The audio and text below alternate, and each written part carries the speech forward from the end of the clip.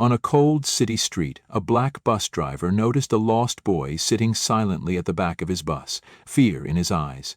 He broke from his route, took the child to the police, and stayed until he was safe, an act that cost him his job, but he had no regrets. What he didn't know, the boy was the son of a billionaire, and that simple act of kindness was about to change his life forever.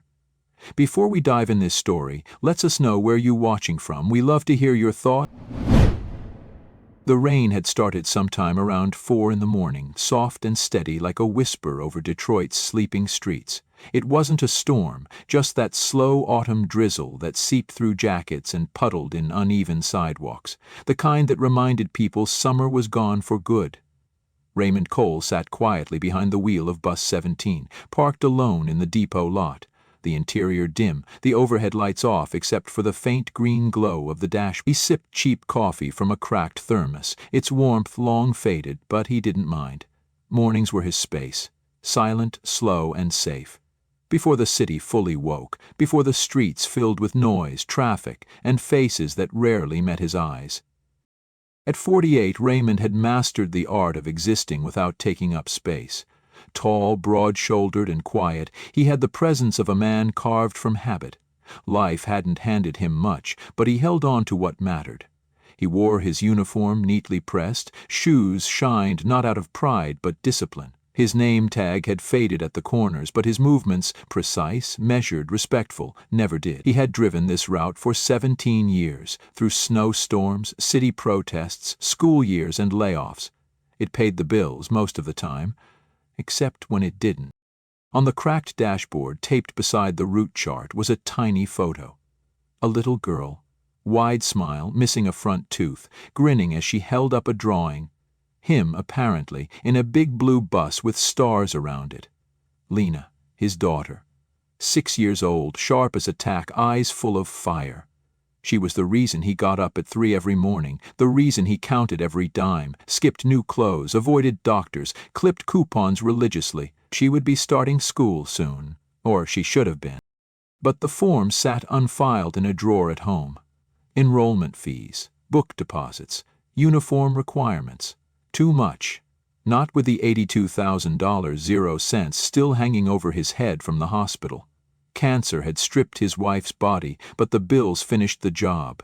Even in death, it was like she kept costing him more than he had to give, and he never resented her for it.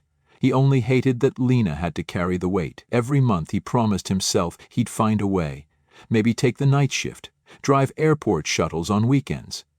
Anything to make sure his daughter could step into a classroom and not feel like she had to hide who she was or where she came from. The clock hit 5:11. Raymond leaned forward, turned the ignition, and the engine hummed to life with a soft rumble. He pulled the lever, opened the doors, and let the cold in. The depot's gates creaked open. Time to move. First stop was on Jefferson, where a few nurses always waited in their scrubs, tired and quiet. Then the mechanic kids by the old Chrysler plant. Office workers, janitors, nannies, men in suits who never said good morning, and women who clutched their bags tighter when he nodded hello. It was routine. It didn't need to be fair, it just needed to keep rolling. As he guided the bus through the wet streets, tires hissing over the slick pavement, he caught glimpses of the world waking up. Store lights flickering on, a man smoking alone under a broken awning. A boy dragging a trumpet case behind him, hood up, eyes down. It was all familiar. Raymond didn't expect surprises anymore, not at this hour, not in this life. But even then, something felt off, just slightly. He couldn't explain it, just a shift in the quiet, like the city was holding its breath. And so he drove on, not yet knowing that today would demand something of him that went beyond routes and schedules, that before this day ended he would lose his job, change a child's life, and, unknowingly, set in motion a second chance for both his daughter and himself. All because, for once, he refused to look away. The morning rush in Detroit always moved like a slow, steady river, dense, determined, and heavy with the weight of repetition. Raymond Cole knew every bend of that river by heart. Behind the wheel of Bus 17, he guided the long vehicle with practiced ease, easing into each stop with precision.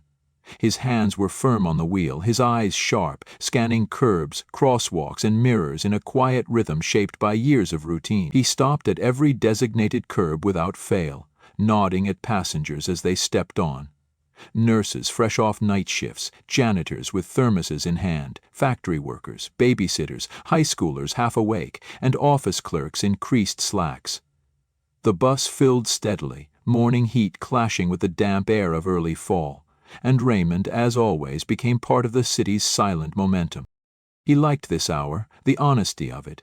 Everyone aboard that bus was trying, like him, to move forward. No illusions, just effort. The engine hummed low beneath their feet, and the windshield wipers swept the drizzle aside like a metronome marking time through the fogged-up city. It was during the first full loop around the city that he saw the boy. He hadn't noticed him getting on, not surprising during the morning rush, but there he was now, tucked into the far back row, barely taking up half the seat. A small white boy, maybe 5'6" at most, blonde hair parted neatly and slicked to one side, though it had begun to unravel in the damp air. He wore a navy coat with wooden buttons, too large for him, and shiny black shoes that tapped lightly against the rubber floor. His cheeks were pink from the cold. His eyes were wide, curious, darting from one window to the next as the city flashed past. Rows of storefronts, streetlights, honking cars. He looked enchanted, but there was a weariness beneath it. His head would dip slightly, like he was trying to fight off sleep. The kind of tired that didn't come from just waking early, but from not sleeping well at all. By the second loop, the boy's demeanor began to shift. The wonder faded, replaced by restlessness. He sat upright now, glancing from side to side, his fingers tugging at his coat sleeve. His eyes weren't on the city anymore. They were searching the passengers. He peered toward the front of the bus often, then back again, like someone expecting to recognize a face that never appeared. The corners of his mouth pinched inward. The child was beginning to realize something wasn't right. By the third loop, the change was unmistakable. The boy's small body had curled into itself, his arms wrapped tightly around his middle, shoulders hunched. His legs had stopped swinging. His face had turned pale, his lips quivering. Tears clung to his lashes and rolled down his cheeks, but not a sound escaped him. He cried quietly, holding his breath with every drop, as if scared even his sadness might be punished. Raymond watched from the mirror, heart sinking. This wasn't a child who had missed a stop. This was a child who was truly, terrifyingly lost. He pulled the bus over at a quiet intersection, flicked on the hazard lights, and stood slowly. He didn't need to ask permission. Raymond crouched beside him, hands on his knees, voice low. "Hey there, little man, you all right?" The boy's breath hitched. He hesitated, eyes darting to the front of the bus again. Then, in a voice so soft it almost disappeared into the hum of the engine, he asked, "Do you know where my dad is?" Raymond blinked. "Your dad?" "He's wearing a blue shirt," the boy added quickly, a hint of hope flickering across his face. "He went to work. I wanted to find him." It clicked all at once. The early hour, the boy's clothes, the way he'd watched those business people board the bus this morning. He had followed them, thinking they'd lead him to his father. A child's plan, heartbreakingly simple and full of holes. Raymond didn't ask more. The boy was shivering now, visibly worn down, his small hands trembling. His stomach gave a soft, audible grumble. Raymond didn't say anything, but he felt a knot tighten in his chest. Reaching into his pocket, he pulled out a crumpled $10 bill, his lunch money for the day, and without hesitation exited the bus and returned minutes later with a small bag. A banana, a peanut butter sandwich, a juice box. He handed it to the boy wordlessly. The child looked at it, then at him, then took the bag in both hands and held it like it was something sacred. He didn't eat right away, just clutched it to his chest. Raymond exhaled and stepped outside once more. This wasn't just a delay anymore. It wasn't about dispatch or schedules or lost time. He called in a child welfare concern, then, without waiting for approval, gently took the boy's hand and led him down the steps of the bus, rain misting their faces as they walked across the street. He didn't return to the route. He took the boy straight to the nearest police station, a small precinct on the edge of downtown. Just as Raymond stepped back outside the precinct doors, his phone buzzed in his pocket. 3 short vibrations, the kind that told him someone wasn't just calling, they were waiting. He pulled it out with a sigh, glancing at the screen. It was dispatch. Of course it was. He answered with a tired, "Yeah, this is Cole." The voice on the other end was sharp, efficient. "Jenkins, the morning supervisor." "Cole, we've been trying to reach you. You're off route, 45 minutes behind schedule, and your tracker shows your bus parked. What's going on?" Raymond glanced through the glass doors where Noah sat on a plastic chair, still holding his sandwich, eyes wide and body small in the too big waiting room. He turned slightly away from the wind and spoke calmly. "I've got a lost child. About 5 years old. Got on the bus this morning alone, said he was trying to find his father. He's scared, he's hungry, and he's exhausted. I took him to the nearest precinct."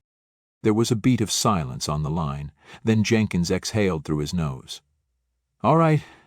You did the right thing bringing him in. But now that you've handed him off, go ahead and return to your route. We'll log the delay under public safety. Just get the vehicle back in circulation. We're short this morning." Raymond looked back at the boy. Noah was nodding along to something an officer was saying, but his legs still dangled too far from the ground. His grip still clung too tightly to the paper bag. He looked lost, in a place that was supposed to make him feel found. "No," Raymond said, voice firm. There was another pause. "What do you mean, no?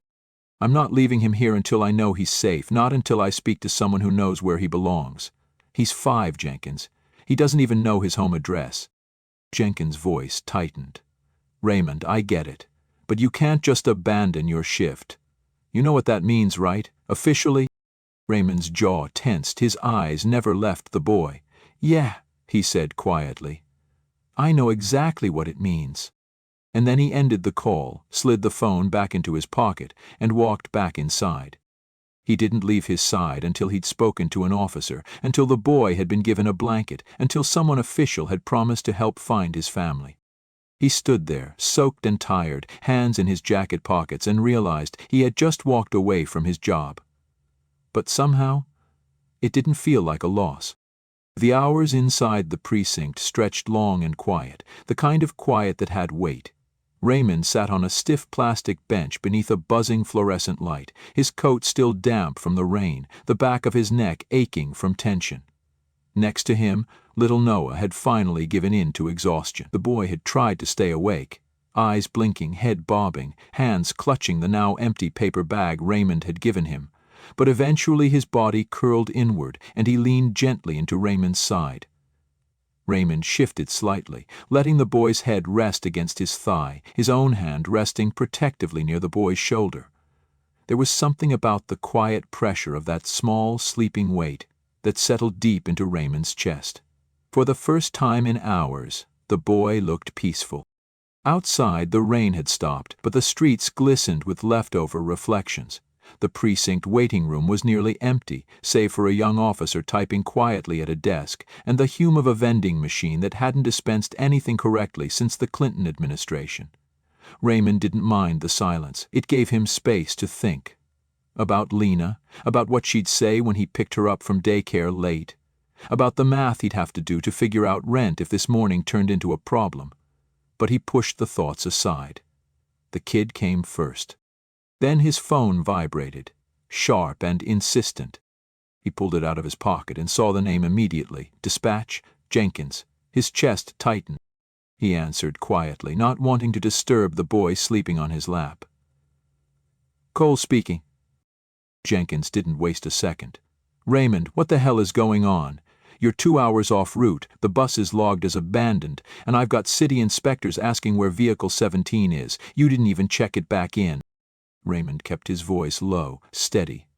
"I called in, told the desk I had a lost child, brought him to the precinct. I stayed with him, kid's 5, maybe 6, said he was looking for his dad, had no address, no phone number, he was terrified." "I don't doubt that," Jenkins replied, though the edge in his tone didn't soften. "But you can't just ditch a city vehicle and go rogue. There's protocols, we've got schedules to meet, Raymond." I made a judgment call, Raymond said, his voice tightening. The boy wasn't safe. I wasn't going to leave him alone to make your schedule look good. Jenkins didn't respond for a beat. Then came the words Raymond had quietly been expecting. I've already had to log the incident, Ray. Management's decided to move forward with termination. Effective immediately. You'll get your final paycheck at the end of the week. Raymond didn't say anything at first. He just looked down at Noah, whose breathing was soft and even. But the boy's eyelashes fluttered, and for a moment Raymond saw his eyes barely slit open. He wasn't fully awake, but he had heard enough. From the boy's position, head against his thigh, cheek resting near his hand, Noah mumbled groggily, "You got in trouble because of me?" Raymond swallowed the tightness rising in his throat. He put a hand gently on the boy's back, rubbing slow circles. "No, buddy, not because of you. Because I did the right thing. That's not trouble." Jenkins was still on the line, waiting. Raymond raised the phone again and finished the call with only 5 words. "I understand. Goodbye, Jenkins." He ended it and slipped the phone back into his coat pocket without a second glance. The job was gone. The routine, the security, the paycheck he'd been counting on for Lena's enrollment paperwork. It all evaporated in a blink. But the boy on his lap was warm, safe, and breathing easy. And somehow, that mattered more than anything else in that moment. Raymond leaned back against the hard wall, letting his head rest against the cool cinder block. Noah was already drifting again, one small hand wrapped around the edge of Raymond's coat, and Raymond, despite everything, closed his eyes for a second and let the silence settle in, not as defeat, but as clarity. It was nearing noon when the precinct finally got confirmation. A private security firm across town had called in a report. A 5-year-old boy named Noah Wexler had vanished from a gated estate in Grosse Pointe earlier that morning. The child had apparently slipped out through a side gate while his nanny was asleep upstairs. Surveillance footage showed him walking alone for several blocks before vanishing into city traffic. His father, Thomas Wexler, had arrived at the security office in person and was now combing the streets with his private team, desperate and furious. Raymond heard all this from behind the front desk, arms crossed, standing near the vending machine where Noah sat on the floor, knees pulled to his chest, his sandwich long finished, when the sergeant looked up and said, "They're on their way." Raymond exhaled for the first time in hours. The sound of hurried footsteps echoed sharply across the precinct floor, followed by the sudden creak of the front doors swinging open with urgency. A man in his early 40s burst through, his soaked overcoat clinging to his frame, a pale blue dress shirt underneath wrinkled and unbuttoned at the collar. His chest rose and fell fast, rain dripping from his hair, and his eyes scanned the lobby like a man trying to rewind time. "Noah," he called out, breathless. Across the room, Noah stirred from where he'd been dozing lightly beside Raymond.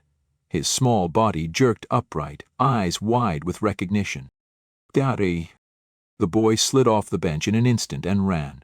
The man dropped to his knees, catching Noah in a fierce embrace, holding him like he'd been drowning and the boy was air. His hands trembled where they gripped the back of his son's coat, his head tucked into the boy's shoulder, murmuring something too soft to catch. Raymond stood slowly, not wanting to interrupt, watching the reunion with a quiet heaviness in his chest. When the man finally looked up, his expression was a mixture of profound relief and exhausted disbelief. His eyes landed on Raymond, still standing off to the side, rain-streaked coat, dark circles under his eyes, hands deep in his pockets. There was a pause, a beat of stillness that settled between them before the man stood, gently keeping his hand on Noah's back. "You're the one who stayed with him," he said, voice rough but steady. Raymond nodded. "He got on my bus this morning, said he was looking for his dad. I didn't think letting him ride alone through the city was a good idea." The man exhaled deeply, then stepped forward and extended his hand. "Thank you, truly, He shook his head. "I can't even begin to explain how much this means. I've been out of my mind since I realized he was gone." Raymond took the handshake with a quiet nod, letting go quickly. "Just glad he's all right." The man crouched once more to pick up Noah, hoisting him gently onto his hip. The boy looked back at Raymond over his father's shoulder, eyes tired but calm now. The man gave a final nod. "My name's Thomas. Thomas Wexler. If there's anything I can ever do—" Raymond simply replied, "You already did. You came for him." There was no exchange of numbers, no drawn-out goodbye, just one last look, a genuine, silent thank you, and then Thomas turned, his son nestled against him, and walked out of the precinct into the fading gray of late afternoon. The doors closed softly behind them. Raymond remained standing, alone again, his body heavy from hours of stillness, his mind caught somewhere between loss and peace. Later that night, in a sprawling house far from the city streets, Thomas sat at the edge of his son's bed. Noah had been bathed, fed, wrapped in fresh pajamas, but his eyes were still wide open, staring at the ceiling in that way kids do when something hasn't settled yet in their hearts. Thomas ran a hand through his son's hair and whispered, "You scared me today, buddy." "I wanted to see you," Noah murmured. "You're always gone." Thomas closed his eyes briefly, guilt knotting in his chest. "I know," he said. "I'll do better." A long pause. Then Noah turned his head, facing him. "The man on the bus? He stayed with me all day." Thomas nodded. "I saw him. He looked like a good man. He gave me food. He sat with me. He told me about his daughter." Noah's voice softened. "He lost his job because of me." Thomas's brow furrowed. "What?" "I got a phone call," Noah said, barely a whisper now. "They yelled at him," he said. "It was okay, that he did the right thing, but they told him he didn't work there anymore."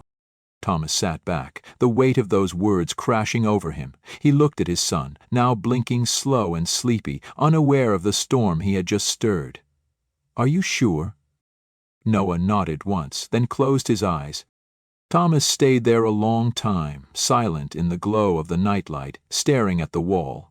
He thought of the driver, Raymond, his quiet strength, his calm under pressure, the way he had protected Noah like his own.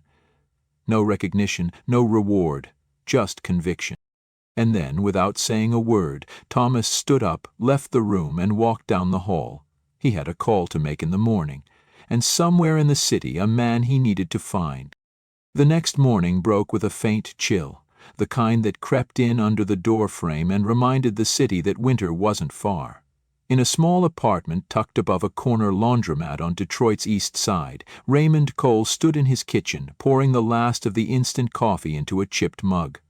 The place was quiet.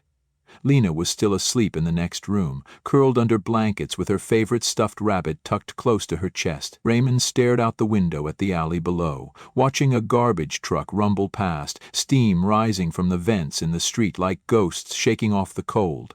He hadn't slept much, not after the way the day had ended. The job was gone, no pension, no severance, no thanks, just silence. But he kept telling himself he didn't regret it, not for a second. The kid was safe, that had to count for something. He sat at the small table near the window, staring at the crumpled paper where he'd scribbled numbers the night before. Rent, utilities, Lena's school registration, the balance of what remained in his checking account. The math didn't lie. He'd need to find work fast, maybe warehouse shifts, late-night janitorial runs, something to float him until the next door opened. If it did. He rubbed his temples and reached for the coffee just as a knock sounded at the door. It wasn't a heavy knock, but it had weight. Purpose. Raymond froze for a moment, his mind rushing through the short list of people who ever showed up unannounced. It didn't take long to realize. No one. He stood slowly, crossed the worn floor, and opened the door. Standing in the hallway was Thomas Wexler, dressed in a dark wool coat, his shirt pressed crisp beneath it, shoes polished. His hair was combed now, eyes clearer than they'd been the night before. But there was something else in his expression, an unfamiliar stillness. Not corporate poise, not businesslike detachment. Something closer to humility. "Morning," Thomas said. "I hope I'm not too early." Raymond blinked, startled. No, I guess not." Thomas nodded toward the open door. "May I come in?" Raymond hesitated, then stepped aside. The apartment was clean but sparse. 2 chairs at the table, a few dishes drying in the rack, a stack of coloring books near the couch. Thomas took it in with a glance but didn't comment. He walked over to the table and waited until Raymond sat down before he spoke again. "Noah told me everything," he said softly. "About the food, the time you spent, about the phone call." Raymond didn't reply. Thomas reached into the inside pocket of his coat and pulled out a plain, unbranded envelope. He placed it gently on the table between them. "I know this won't fix what happened, but it's a start." Raymond eyed the envelope but didn't touch it. "I'm not looking for money." "I know," Thomas said. "That's exactly why I brought it." There was a pause, quiet, heavy but not uncomfortable. Then Thomas leaned forward slightly, hands clasped. "What you did, most people wouldn't have. You stopped everything for a child you didn't know. You risked your income, your stability. That kind of person isn't easy to find. And it's the kind of person I want around my son." Raymond's brow lifted slightly. "What were you saying?" "I'm saying I need a driver. Someone I trust, not just to shuttle me between meetings, but someone who can be there for Noah when I can't. Someone steady, present, real." He paused. "I'd like to offer you the job." Raymond leaned back in his chair, arms crossed. "You don't even know me." Thomas met his gaze.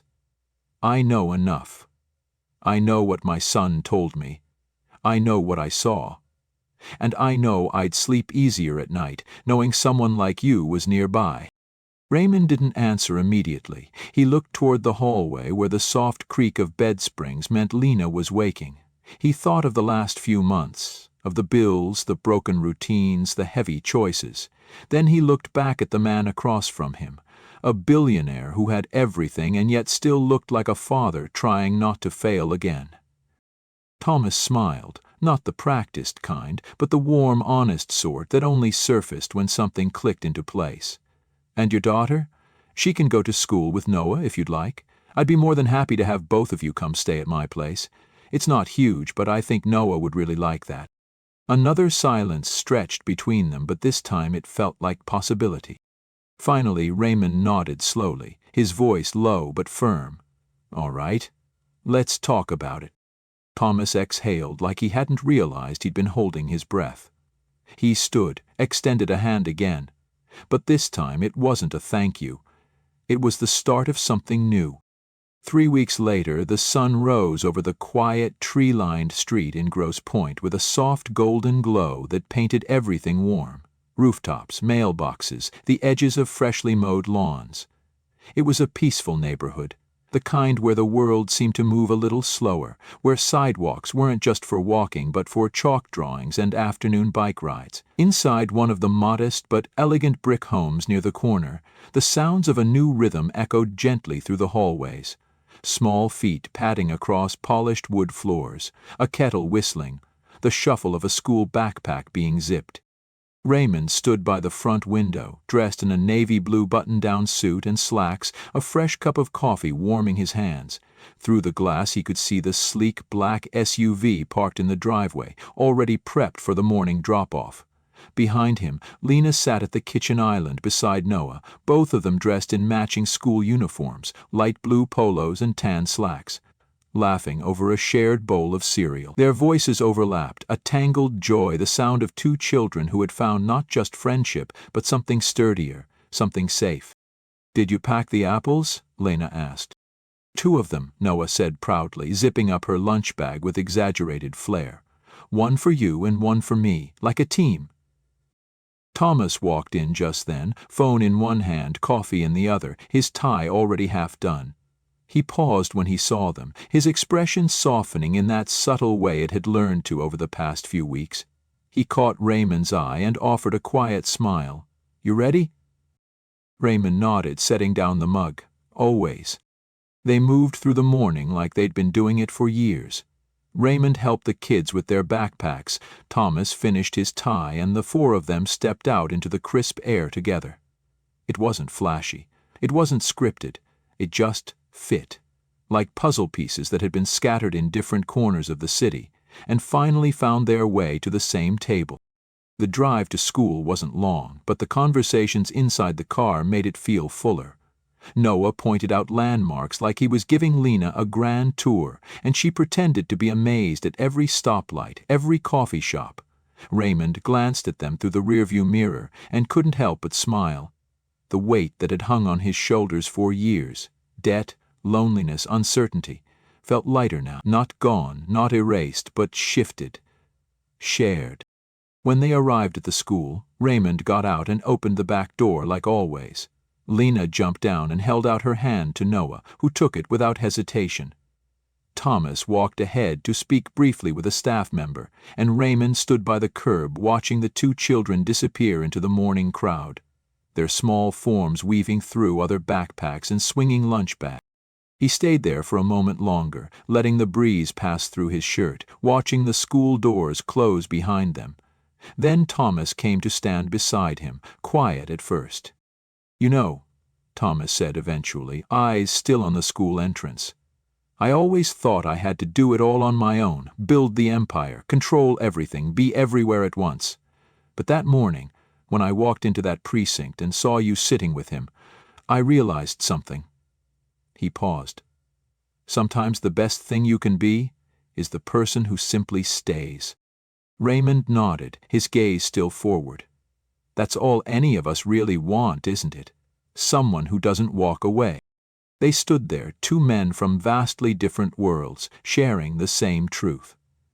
Later that afternoon, back at the house, Raymond sat on the back porch with Lena, her head resting on his shoulder, a book open on her lap, half read. Inside, he could hear Noah talking excitedly to Thomas about a science project. The sun was starting to dip low, painting the horizon in long strokes of orange and rose. Raymond closed his eyes for a moment, breathing in the scent of cut grass and something cooking from the kitchen. It wasn't the life he had imagined, it wasn't perfect, but it was real, it was earned, and it was enough. Inside the hallway, just above a small bookshelf, a photo had been recently framed and hung. Noah and Lena sitting on the back of the bus, legs swinging off the edge of a seat, both smiling, unaware someone had snapped the moment. Beneath it, engraved in a narrow brass plate, were the words, "Kindness doesn't wait to be asked, it chooses to show up."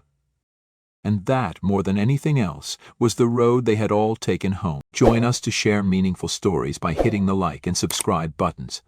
Don't forget to turn on the notification bell to start your day with profound lessons and heartfelt empathy.